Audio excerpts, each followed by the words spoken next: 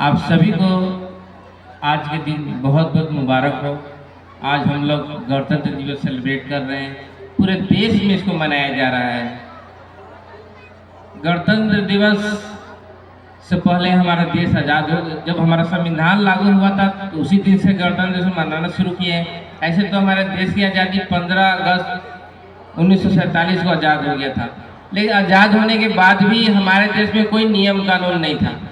तो अंग्रेजों ने जो शासन शुरू किया था वही नियम कानून जो है आज़ादी के बाद भी हमारे देशों में चल रही थी। तो यहाँ के जो भी बुद्धिजीवी नेतागण थे उन्होंने सोचा कि हम लोग कब तक इस गुलामी वाले संविधान पर ही अपने देश को आगे बढ़ाते रहेंगे। तो उन्होंने सभी लोगों ने निर्णय लिया कि हम लोग संविधान बनाया जाए, जिसको बनाने का काम जो है 26 नवंबर 1949 को समाप्त हुई। उसी दिन सब लोगों ने स्वीकारा ये संविधान ठीक है, इसको अपने देश में लागू किया जा सकता है। तो 2 महीने बाद 26 जनवरी 1950 को पूरे देश में इसको लागू कर दिया गया। उस दिन के बाद हमारा देश पूरी तरह से स्वतंत्र कहलाने लगा और जो भी नियम कानून थे हम लोग का अपना हुआ। उसी संविधान के अंतर्गत आज देश हमारा चल रहा है। संविधान में जो भी लिखा हुआ है उसको फॉलो किया जा रहा है। इसको बनाने में करीब 200 साल लग गए थे। तो सोचिए ये कैसा था, कैसा है संविधान। इस संविधान की ताकत इतनी ज़्यादा है कि ये हमको हर तरह का अधिकार देता है।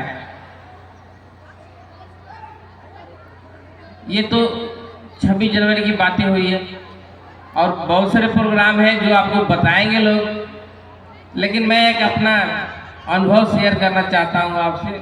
अभी लास्ट ईयर दिल्ली में सीबीएसई द्वारा एक कॉन्फ्रेंस आयोजित की गई थी, जिसमें देश के चुनिंदा स्कूलों के प्रिंसिपलों को बुलाया गया था, जिसमें मुझे भी जाने का मौका मिला।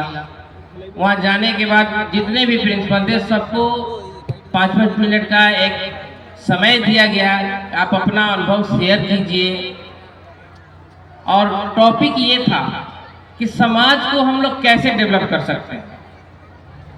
जब मेरा नंबर आया तो मैं तो पहली बार उस कॉन्फ्रेंस में गया हुआ था, तो हमसे भी एक से बढ़ के विद्वान लोग थे जो अपना थॉट दे रहे थे, विचार दे रहे थे। हमें भी मौका मिला तो हम गए। जाने के बाद मुझे महसूस हुआ कि पढ़े लिखे लोगों के बीच में अगर अच्छा चीज़ न बोला जाए, अपने सही विचारों को न दिया जाए तो आपका कोई वैल्यू नहीं था।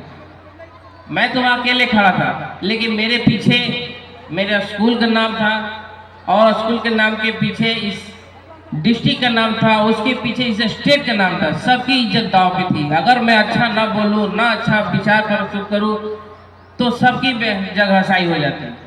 जब मेरा नंबर आया तो मैंने टॉपिक समाज को सुधारने का जो टॉपिक लिया वो था चैन। चैन आप लोग समझते हैं, वो जो गले में पहनते हैं उस चैन की बात नहीं हो रही है। चैन के मध्य कड़ी, जिसमें 3 लोग रहते हैं। पहला माँ बाप, दूसरा शिक्षकगण और तीसरा स्टूडेंट। ये 3 लोग के ही मिलने से जो कड़ी तैयार होती है, और ये अच्छी कड़ी बन गई तो समझिए कि हमारा समाज जो है डेवलप कर जाएगा। और जब समाज डेवलप करेगा तो हमारा देश भी डेवलप करेगा। तो आज हम इस 3 ही कड़ी पर बात करेंगे। मेरा जो सोच है हम आपके सामने रखेंगे, एक एक कड़ी की बात करेंगे और एक एक कड़ी पर अपना अपना मैं विचार दूंगा। सबसे पहला कड़ी जो सबसे इम्पोर्टेंट है वो कौन है? माँ बाप। क्योंकि माँ बाप के कारण ही बच्चे के धरती पे आ रहे हैं। तो माँ बाप का रोल जो है बहुत ही इम्पोर्टेंट है। माँ बाप सोचते हैं कि बच्चे को मैंने जन्म दे दिया, मेरे पास बहुत पैसा है, मैं अच्छे स्कूलों में उनको डाल दूँ, उसमें सारी सुख सुविधा दे दूँ तो बच्चे में विकास हो जाएगी। ये सोच आपको बदलनी होगी।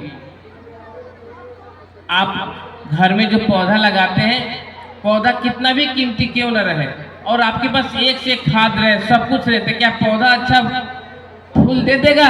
कभी नहीं दे सकता है। आप उस पौधे की निगरानी करनी पड़ेगी। उसी तरह माँ बाप के लिए बच्चा जो है एक पौधे के समान होता है। आप उनको पल पल केयर करना होगा, उनको छोटी बड़ी गलतियों को बताना होगा, उनको कोऑपरेट करना होगा। स्टार्टिंग से ही आप सब उनको बताइए एजुकेशन क्या होता है, पढ़ाई लिखाई कितनी जरूरी है, ये सब कौन बताए? घर पे शुरुआती 5 साल तक बच्चे घर पे ही रहते हैं, वो शुरू से ही गाइड कीजिए। माँ बाप का रोल केवल ये नहीं कि सारा जो सुख सुविधा ही दे दिए जो हो जाए। आजकल के तो माँ बाप को हम देख रहे हैं, बच्चा उन्हीं के सामने कितनी सारी गलतियां कर देता, माँ बाप को कुछ मतलब नहीं है। वही बच्चा बड़ा होके आपको डिस्टर्ब करेगा। आप स्टार्टिंग से उसको रोकिए, ये सही है ये गलत है। उसको समय समय पर जो भी गेस्ट आते हैं उनको बताइए ये गेस्ट हैं, इनको रिस्पेक्ट दो, इनको तुम बैठाओ, पानी पिलाओ, खाना खिलाओ, उनको टाइम टू टाइम पूछिए तो तुम सब करो। यही नहीं, आपके भी माँ बाप होंगे तो उस बच्चे से बोलिए कि बेटा तुम जब पूछो दादी खाना खाए, दादा खाना खाए कि नहीं खाए, ये सब संस्कार आपको देना होगा। और स्कूल के भरोसे न रहिए आप। मंथ में एक दिन जरूर बना लीजिए कि उसको आसपास के जो माहौल है, जैसे हम लोग सासाराम में रहते हैं, रोजा हो गया, चंद शहीद पहाड़ हो गया, नेहरू पार्क हो गया, आप बच्चे को ले जाइए, वहाँ दुनिया दिखाइए, अपने इतिहास दिखाइए, अपना फ्यूचर दिखाइए, अपने दोस्तों से मिलवाइए। ये तो ये अंकल है, अंकल से मिले तो कैसे उसे बात करते हैं, कैसे उसे पेश आते हैं, ये उसको करके दिखाना होगा, तब जाके अच्छा इंसान बनेगा। मैं तो ये भी चाहूँगा ना कि आप लोग साल में एक बार एक अवश्य अपने जिला, अपने स्टेट को छोड़कर बाहर जाने का जरूर प्लान करें, ताकि बच्चे को देश दुनिया दिखाए। ये ट्रेन होता है, इसमें ऐसे बैठते हैं, इसमें टिकट ऐसे कटाते हैं, रास्ते में कोई अनजान व्यक्ति से कोई चीज लेकर खाते पीते नहीं है। ये सब कौन बताएगा? ये स्कूल के सिलेबस में नहीं मिलेगा, ये आपके सिलेबस में होना चाहिए, तब जाके बच्चे में अच्छा संस्कार आएगा। आप अपने बच्चे को बोल दीजिए कि जाओ स्टेशन में तुम टिकट कटवा लो और तुम यहाँ से चले जाओ, तुम आगरा, आगरा जाके ताजमहल घूमे, क्या घूम के आएगा? आएगा ही नहीं, भूल जाएगा। लेकिन आप उसको लेकर जाइएगा, कैसे टिकट कटाते हैं, कैसे ट्रेन पे चढ़ते हैं, कैसे फ्लाइट पे चढ़ते हैं, कैसे होटल खोजते हैं, कैसे वहां पर आके मैनेज करते हैं, बच्चा एकदम डेवलप कर जाएगा। पढ़ाई तो सीख ही जाएगा, और स्कूल आएगा तो उतना तो उसको नॉलेज मिल ही जाएगा कि उसको वो कैसे जीवन जीना सीखे। लेकिन ये जो सामाजिक नॉलेज है, ये जब देंगे तब माँ बाप देंगे, दूसरा कोई नहीं दे सकता है। इस पर आपको ध्यान देना होगा। दूसरा कड़ी होता है शिक्षकगण। जितना रोल माँ बाप का है उतना ही रोल शिक्षक का भी है। माँ बाप जब बहुत उम्मीद लगा के विद्यालय में बच्चे को भेजते हैं कि मेरा बच्चा अच्छे स्कूल में जाएगा, अच्छा एजुकेशन लेगा, यहाँ आने के बाद शिक्षक को सोचना होगा। बहुत सारे शिक्षक ऐसे अपना स्कूल आते हैं, क्लास में जाते हैं, सिलेबस उठाते हैं, पढ़ाते हैं और सोचते हैं मेरा काम खत्म। नहीं, वही सब वो आपका काम खत्म नहीं। आप चाहते हैं कि हमारा समाज डेवलप करे, विकास करे, तो आपको ध्यान देना होगा। आप स्कूल में आते हैं, बच्चे को बताना होगा कि मैं टाइम पे आ रहा हूं तो तुमको भी टाइम पे आना होगा। मैं क्लास में अनुशासन हूं तो तुमको भी क्लास में डिसिप्लिन रखना होगा। बच्चे को प्रत्येक सब्जेक्ट के इम्पोर्टेंट बताना होगा। बेटा जितना इम्पोर्टेंट मैथ है उतना ही इम्पोर्टेंट हिंदी भी है, उतना ही इम्पोर्टेंट इंग्लिश भी है। सारा सब्जेक्ट के इम्पोर्टेंट बताना होगा। बच्चे को बताना होगा टीचरों का रिस्पेक्ट करो, बच्चे को बताने को बड़े को रिस्पेक्ट करो। कैसे क्लास में बैठते हैं, आप सोचिए कि अगर हम घर पर पढ़ रहे हैं और बिस्तर पर लेट गए और पढ़ना शुरू कर दिया, 6 घंटा पढ़ेंगे, बिस्तर पर लेट गए, और जब उसको एग्जाम देने जाना होगा चेयर पर बैठ कर लिखने के लिए, वो लिख नहीं पाएगा, चाहे वो कितना भी तेज हो। इसीलिए स्कूल बनाई जाती है कि स्कूल में आएंगे बच्चे, बेंच पे बैठेंगे, सलीके से बैठेंगे और केवल अपने ही लिखेंगे, अगल बगल न देखेंगे। ये इस तरह से इनडायरेक्ट वे में बच्चे को ट्रेनिंग दी जाती है। वो ट्रेनिंग कौन देगा? शिक्षक देंगे। जो भी बच्चा स्कूल में एंट्री किया वहीं से उनका ट्रेनिंग शुरू हो गया। बच्चे को सिखाना होगा कैसे पैंट शर्ट पहनते हैं, कपड़े इन कैसे करेंगे, टाई कैसे पहनेंगे, बाल कैसे रखेंगे, शूज पॉलिश है कि नहीं, सब कुछ बच्चे को बताना होगा। तब जाके बच्चा जेंटलमैन बनेगा। प्रत्येक सब्जेक्ट में आपको एक एक बच्चे पर निगरानी रखनी। ऐसे नहीं कि जो तेज बच्चे हैं उसको आप बहुत प्रमोट कर दे रहे हैं कि चलो तुम आगे बैठ जाओ, तुम जो पूछो सो। बाकी जो कमजोर बच्चे हैं हमारे देश में सब लोग बैंक बेंचर ही सफल नहीं हो सकते। हमारे जो अब्दुल कलाम जी जो थे बैंक बेंचर थे, पीछे बैठे, लेकिन सब लोग वैसे नहीं हो सकते हैं, आपको ये मानना होगा। आप प्रत्येक बच्चे के पास जाइए, उस बच्चे से पूछिए, बच्चा बहुत कोमल होता है, आप किसी बच्चे से कितना हो कमजोर हो, उसके बाद जाना तो शुरू कीजिए, उससे उसका प्रॉब्लम पूछना तो शुरू कीजिए। वो अंदर से इतना एक्साइटमेंट हो जाएगा कि आप इमेजिन नहीं कर सकते कि नहीं सर है, मेरे सर है। ये फीलिंग आनी चाहिए कि हमको जो प्रॉब्लम होगा सर हमको बताएंगे, ये फीलिंग आनी चाहिए। जिस दिन उसके अंदर फीलिंग आ गई, वो अपने क्लास का टॉपर स्टूडेंट बन जाएगा। इसको ध्यान कौन देगा? हम लोग देंगे, दूसरा कोई देने वाले नहीं है। इसे शिक्षक से अनुरोध करते हैं, कल से आप जब विद्यालय में आएंगे तो गेट से ही आप सोचिए कि मेरा ड्यूटी शुरू हो गया। बच्चे के चलने का तरीका कैसा है उस पर ध्यान देना होगा। बच्चे क्लास में कैसे इन करते हैं उसे ध्यान देना होगा। क्लास में शांतिपूर्वक पढ़ रहे कि नहीं उस पर ध्यान देना होगा। प्रत्येक बच्चे से प्रॉब्लम कुछ नहीं हो जाएगी और उसको मौका देना होगा कि ब्लैक बोर्ड पे आके कुछ बोले, वहां ना बोले तो अपने बेंच पे खड़ा होकर कुछ बोले, उसका हेजिटेशन दूर करना होगा। सारे बच्चे आपके बच्चे हैं, दूसरे के बच्चे नहीं हैं। मैं टीचर से अनुरोध करूंगा कल से ये काम करें। तीसरा कड़ी, सबसे इंपॉर्टेंट कड़ी मेरे नजरों में, क्योंकि सारा काम उसी के लिए हो रहा है। वो कौन सा कड़ी है? बच्चे हैं। बच्चे को भी अपनी जिम्मेवारी लेनी पड़ेगी। आजकल के बच्चे, पहले उनके घर की बात कर ले। बच्चे घर पर आते हैं, प्यारी प्यारी मम्मियाँ होती हैं, खूब बढ़िया बढ़िया खाना बनाएंगी। अब बिस्तर पर लेटा हुआ है, बेटा खा ले, ये सब बंद करनी होगी। आप घर में, आप मैं ये नहीं करूँगा बड़े ज्यादा रूम है उसमें कुछ मतलब डजंट मैटर। आप घर में टेबल बनाइए, उस टेबल पर आप भी बैठिए, मम्मी भी बैठे, बच्चे भी बैठे, दादा भी बैठे, दादी भी बैठे, सब लोग बैठ के एक साथ खाना खाइए। और उसको नियम में डाल दिए कि तुमको भूख लगा है जब कुछ मतलब नहीं है, जब खाना मिलेगा तुमको उसी टेबल पर मिलेगा और सबको साथ बैठ के खाना मिलेगा। ये आदत आपको डालना, बच्चे को सीखना होगा। मम्मी पापा तुम्हारे दुश्मन नहीं है, वो तुम्हारे लिए कहते हैं। ये जो गंदी आदत जो सीख गए हैं आप लोग कि खाना खाते समय छोटा भीम देखेंगे, कार्टून को बंद करिए आप लोग। बच्चा नहीं मानता है, जिसको तोड़ दीजिए मोबाइल को। क्यों नहीं मानेगा?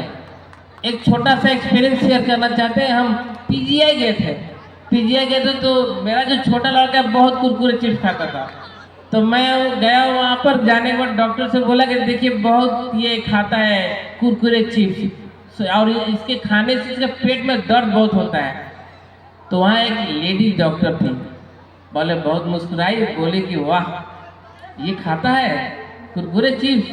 तो हम बोले हाँ। तो लाता कहाँ से पैसा है? अरे क्या करे, मम्मी से मांग लेता है, हमसे ले लेगा, या दादा दादी है उनसे मांग लेगा, अंकल से मांग ले, किसी से मांग के जाके खरीद लेता है। तो यही तरीका है ना, और कमाता नहीं ना ये, हमने ये कैसे कमाएगा? तो बिगाड़ आप रहे कि वो अपने आप से बिगड़ रहे। आप उसको पैसा दे रहे हैं तब न खरीद रहा है। आप पैसा देना बंद कर दीजिएगा तो कितना देर भूखे रहेगा? 1 घंटा, 6 घंटा, 12 घंटा, 18 घंटा, 24 घंटा। उसके बाद खुद कहेगा मम्मी हमको दूध दो, मम्मी हमको खाना दो, शुरू कर देगा। हम लोग खुद कहते हैं जा बेटा अभी हम कुछ काम कर रहे हैं, हटो यहाँ से, ये जो 10 रुपये लो कुरकुरे जा खाओ कि तुम इंगेज रहो। अरे किसके लिए कमा रहे हैं, किसके लिए काम कर रहे हैं? जिसके लिए कर रहे हैं उसी के लिए आपके पास समय नहीं है। मम्मी खाना बनाएगी, अब मोबाइल दे देगी, लो बेटा मोबाइल तुम देखते रहो। पापा अपने दोस्तों से बात करेंगे और कहेंगे ना कि लो तुम मोबाइल चलाओ। कौन बिगाड़ रहा है? ये स्कूल क्या करके कारखाना है क्या? यहाँ बच्चे आएंगे तुरंत सुधर जाएंगे? 24 घंटा में 6 घंटा हम रखते हैं, 18 घंटा आप रखते हैं, तो ध्यान कौन देगा? आप रख दीजिएगा, दूसरा कोई थोड़े देगा। मेरे पास तो फुर्सत ही नहीं है। 40 मिनट का पीरियड बना हुआ है, हिंदी कोर्स कंप्लीट कराओ, इंग्लिश कराओ, मैथ कराओ, ये कराओ। उसी में लगे हुए हैं। लेकिन आपको अब बच्चा नहीं सुधरेगा, बच्चा आप चाहिए तो बच्चा से बेटा आपको सुधरना होगा, प्रॉमिस करना होगा, कुरकुरे चीज एकदम नहीं खाना है, मोबाइल खाते समय यूज नहीं करेंगे, मैं बताऊंगा मोबाइल कब यूज करना है, फुल डे यूज करवाऊंगा आपसे मोबाइल, आपके मम्मी पापा भी नहीं रोकेंगे। मैं उसको उपाय बताता हूँ क्या करना है आपको। आपको कुछ नहीं करना है, डेली का रूटीन बना लेना है। सुबह हमको किसी भी एनी हो 5 बजे तक जग जाना है। जगने के बाद फ्रेश होंगे, फ्रेश होने के बाद थोड़ा देर जितना आपसे संभव हो 15 मिनट 20 मिनट एक्सरसाइज करेंगे, पढ़ेंगे, नहाएंगे। बहुत सारे बच्चे नहाते नहीं है, इसी तरह स्कूल आ जाते हैं। क्यों स्कूल अच्छे आ जाएंगे? मम्मी पापा को दिखाई नहीं देता है आपके बच्चे बिना नहाए स्कूल आ जा रहा है। आप उसको डेली कहीं कर नहाओ, बिना नहाए से वो स्कूल नहीं आने देंगे, चाहे कुछ भी हो जाए। आप सोचिए जरा ना, आप बच्चा स्कूल पर घर पर नहाया नहीं, यहाँ पे आके हमारे करण सर पूछेंगे तुम नहा गए हो? हाँ सर नहा गए। बताइए, यही झूठ बोल रहा है। और उसको नहला देते हैं तो ऑटोमेटिक करण सर कहते हैं वाह स्मार्ट लग रहा है। आप नहला के भेजिए, कपड़ा फ्रेश करके भेजिए, शूज पॉलिश करके भेजिए। ये आपका काम है बेटा। आपको सुबह में जगना है, थोड़ा बहुत एक्सरसाइज करना है, रिवीजन करना है और स्कूल आना है। स्कूल आने से पहले आपका ब्रेकफास्ट हो जाना चाहिए और साथ में एक हेल्दी लंच बॉक्स होना चाहिए। वो लंच लेकर स्कूल आइए आप। और स्कूल आते ही जो भी गेट पे इंटर करते हैं, चाहे आपका कोई भी हो, गार्ड हो या टीचर हो, उसे कुछ मतलब डजेंट मैटर। गार्ड हो तो गार्ड को बोलेंगे गुड मॉर्निंग अंकल, सर हो गए सर को बोलेंगे गुड मॉर्निंग। ये कोई मैटर नहीं करता है कि वो टीचर आपके क्लास में जाते हैं कि नहीं जाते हैं, इसे कुछ मतलब मत रखिए। वो जो मिलेंगे सबको वेलकम कीजिए, सबको गुड मॉर्निंग बोलिए। आप एक मजेदार चीज बता दे रहे हैं, आप हमें भी गुड मॉर्निंग बोलिएगा तो हम भी बदले में आपको गुड मॉर्निंग बोलेंगे। ऐसे नहीं कि आपको छोड़ देंगे। वहां से जब शुरू किए मिलते गए, इस वक्त क्लास में जाएंगे। क्लास में आपको जो प्लेस है, आपको जहां मर्जी हो तहां बैठिए, शांतिपूर्वक बैठिए। असेंबली हुआ, प्रेयर हुआ, उसके बाद क्लास में टीचर आए तो आप उनको फिर से वेलकम कीजिए। जितने बेल में आएंगे उतने बार वेलकम कीजिए उनको और शांतिपूर्वक पढ़िए। और जो सर पढ़ाते हैं उसको केवल पढ़िए आप लोग ध्यान से। आप 6 घंटे के लिए दिमाग को ब्लैंक कर दीजिए। जो सर सिखाते हैं वो सीखिए और पढ़िए। सर जो पढ़ाते हैं वो समझिएगा कि ये इसका असर अभी नहीं मिलेगा, आने वाले समय में आपको मिलेगा। क्लास में लंच कैसे करते हैं? लंच टाइम से करना चाहिए। सर आपके साथ आप ध्यान दिए, प्रत्येक लंच में टीचर रहते हैं, आप लंच कीजिए। लंच करने के बाद, क्योंकि खाना बहुत जरूरी है, जब खाना ही नहीं खाएंगे तो ताकत कैसे मिलेगा? स्कूल में पढ़ेंगे, पढ़ने के बाद जब छुट्टी होता है लाइन से घर जाएंगे। घर जाने के बाद सबसे पहला काम क्या करना है? अपना शूज खोलना है। अपना स्कूल बैग है उसको सही जगह पर रखना होगा और कपड़ा चेंज करना होगा। कपड़ा चेंज करने के बाद फिर मम्मी से बोलना है कि मम्मी मुझे भूख लगी है, खाना लाओ। फिर मम्मी उसी टेबल पर खाना देगी जो टेबल आपको बोले हैं, वहां खाना खाइए। खाने के बाद एकदम फ्रेश, आपको जहां मर्जी करता है आप बाहर खेलिए। बाहर नहीं खेलना है तो मम्मी से बोलिए मम्मी हमें आधे घंटे के लिए मोबाइल दे दो, हम मोबाइल चलाएंगे। मम्मी खुशी खुशी तो आपको दे दी। ये नहीं घंटों आधा घंटा मोबाइल चला लिए, गेम खेल लिए। अगर बाहर ग्राउंड है तो ग्राउंड में जाके खेल लिए। आधा से 1 घंटा खेलिए। खेलने के बाद पुनः घर आइए। घर आने के बाद पैर हाथ धो के फिर पढ़ने के लिए बैठ जाइए। सबसे पहले क्या काम करना है? आपको स्कूल डायरी निकालना है और स्कूल डायरी में जितना आपको रिटेन होगा उसको कंप्लीट कीजिए। जो याद करने वाला उसको याद कीजिए। ये सब जब काम हो जाता है तो आपको स्कूल डायरी में ये भी लिखा रहता है कि कल क्या पढ़ना है आपको। उसको आप रीडिंग लगाइए, पढ़िए। और जो होमवर्क बनाते, जो क्वेश्चन नहीं आता है उसको नोट कीजिए। और अगले दिन जब सुबह जाइएगा स्कूल में तो उस सब्जेक्ट का जो क्वेश्चन आपको नहीं आता होगा उस सर से पूछिए, सर आपको बताएंगे। आप जो रीडिंग लगा रहिएगा उसको जब पढ़ने जाइए तो आपको लगेगी तो हम तो बहुत कुछ जानते हैं, आपको ज्यादा समझ में आएगा। एक पिक्चर जब आप देख लेते हैं और दोबारा वही पिक्चर देखने का मौका मिलता है तो लगता है ना कि हम बहुत कुछ जानते हैं। उसी तरह ये सभी चीज है। आप जो बहुत इजी है, इसको किया जा सकता है। और शाम के जो होमवर्क शाम में ही याद कीजिए, सुबह में उसको एक बार फिर से रिवीजन कीजिए कि हमने जो कल जो याद किया था उसको सही से एक बार रिवीजन कर लो। कोई प्रेशर नहीं लेना है, एग्जाम आने वाला है, उसे क्या प्रेशर लेना है? कोई चीज का प्रेशर नहीं लीजिए। आप जो रूटीन से पढ़ना जब शुरू कीजिएगा, धीरे धीरे धीरे धीरे धीरे धीरे इतना सब कुछ इजी हो जाएगा। तो कहना क्या है, मेरी बात समझ में आ रही है ना आप लोगों को? अभी बहुत लंबी बातें चलेगी, अब इस कड़ी को यहीं पे स्टॉप कर दे रहे हैं, क्योंकि बहुत सारा प्रोग्राम है हमारे करण सर का, और सर ही सारा टाइम ले लेंगे तो बाकी काम क्या होगा। फिर कभी मुलाकात होगी, ऐसे ओकेजन हो तो फिर मैं अपना अनुभव शेयर करूंगा आप लोगों के साथ, ठीक है? एक बार फिर से आप सभी लोगों को 26 की बहुत बहुत मुबारक।